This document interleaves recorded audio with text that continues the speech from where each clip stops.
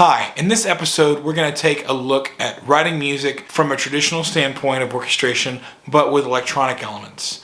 In previous episodes, I've actually had both traditional orchestration and electronic instruments, but we never really talked on instrumentation. Now, instrumentation is the instruments chosen for a score. And typically in most films before the 80s, you had just a traditional score. And in the 80s, that's when synthesizers started to kind of get into the picture of popular music as well as film scores. I was actually listening to the soundtrack for Predator. A game designer is making a game and wanted me to score music in that vein. So I spent some time studying that score. And it was taken aback by the use of drum machines to create these kind of rhythmic machine gun sounds that is indicative, obviously, of the Predator vibe. But then it would switch to these lush strings and brass, and it was a great juxtaposition. Now, obviously, the film score is a little dated in regards to production value, but the execution and overall goal was still solid. So we're going to look at a documentary short film that I scored and dissect the opening scene because there's a lot going on texturally. There's some sweeping strings, lots of kind of noises with sound design, and we're going to talk about the importance of space and writing music and composing music in between those spaces. So let's jump on in and get to work. So this piece is a documentary short film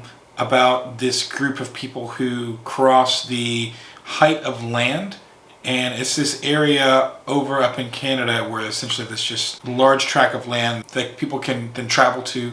It's a pretty dangerous path because it's really cold.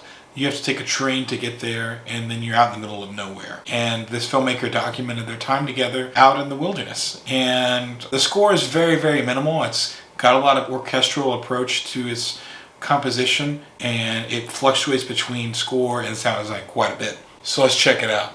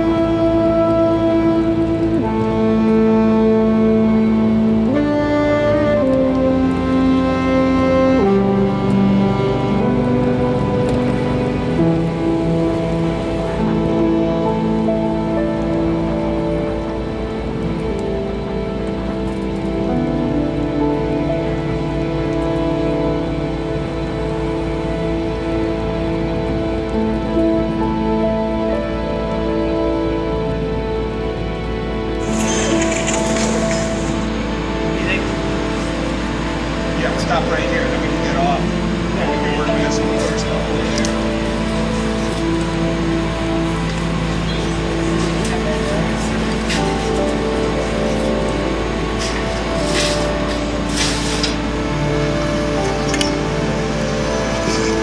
Just like that. All right, thank you.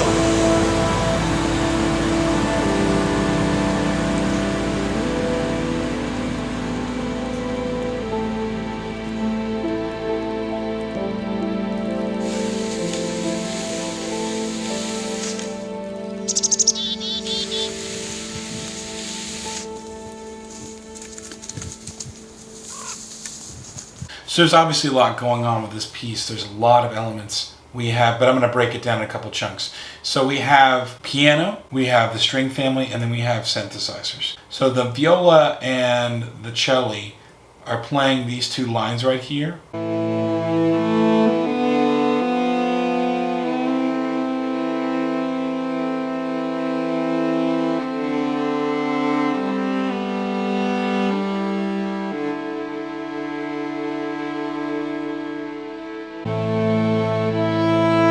Here's the melody.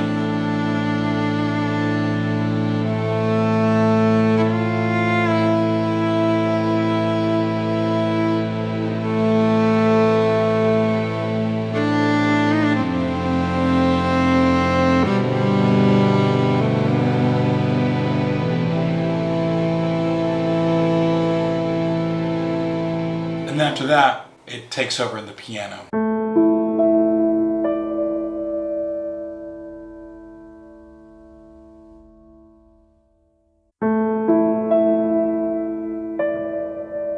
So this is kind of just phrase with space for the strings, and then the strings play, and then it's a space. And the last thing I'm going to show you guys is the synthesizers. The first one is a VST called Colourform, and it's got this bell-like quality to it that's really nice.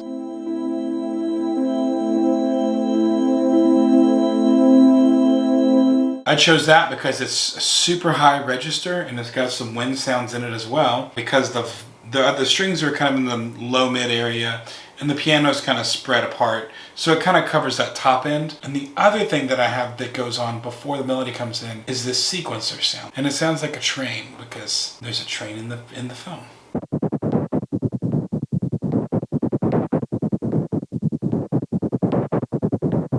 And how I made this was a pink noise, and then I did some attack. I messed with the filters and the cutoff and the resonance, and I made the attacks and decays very short, and then I ran them through a step sequencer to make these kind of sounds. So they all have a little bit of a different note to them because they're all tuned. It gives this kind of train sound. We have a couple textures as well. So this has got 2 voices in it. A low oscillator, probably around 32 feet, and then it's got one around 8 feet, I think, and it's got some microtonal bends. So I'm changing the pitch of the upper note. So the bass is staying constant, but the note above is changing.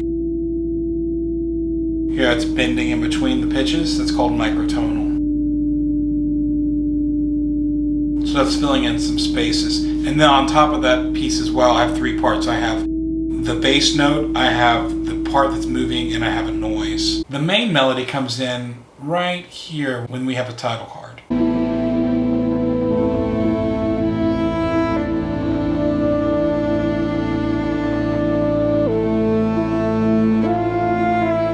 Actually here it's across all 3 families. It's in the piano, it's in the synthesizer, and it's in the viola.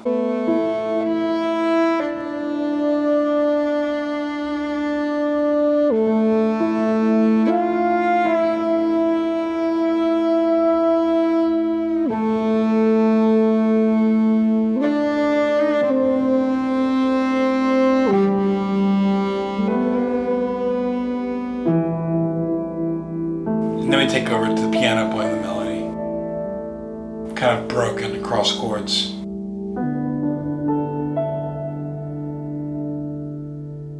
And lastly, I want to show how this piece ended. So we start with this kind of, these bells, these chimes, this kind of, excitement in the train, and then we get to his place. And the final point of this is we're going to land in them starting their journey. They've been left off the train and now they're on their own. So I kind of wanted to show the juxtaposition of the music with it.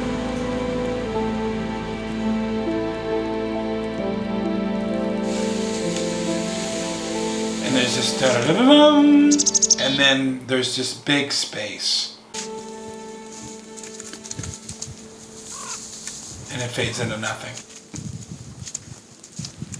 So the score in this case, his job is to be supportive in helping us go from A to B. The A is where we start and the B is where we finish. And then I wanted something that would blend with the natural sounds of the wilderness and the sound of the snow and the birds chirping and the trains making its chicka chicka chicka chicka noise. I wanted all these sounds to be represented in the score. And that's why choosing instrumentation was super important. So choosing instruments, because of their range and because of their functionality, was really important for me in this score. So choosing synthesizers for wind and for the train sounds, choosing strings for their lush beautifulness, and choosing a piano to complement the strings but also to have a percussive element as well was really important for the score. Obviously a traditional score is beautiful and purely electronic instrument scores are beautiful as well, but when you get the chance to marry the two together, something magical happens. There's just so much creative life and energy that can be brought when you blend the two together in a seamless way. So I hope you guys enjoy the video. There's a link above to previous videos that I've done, so you can check those out if you've missed some. But in the meantime, please subscribe, ring the bell, and I'll see you all next week.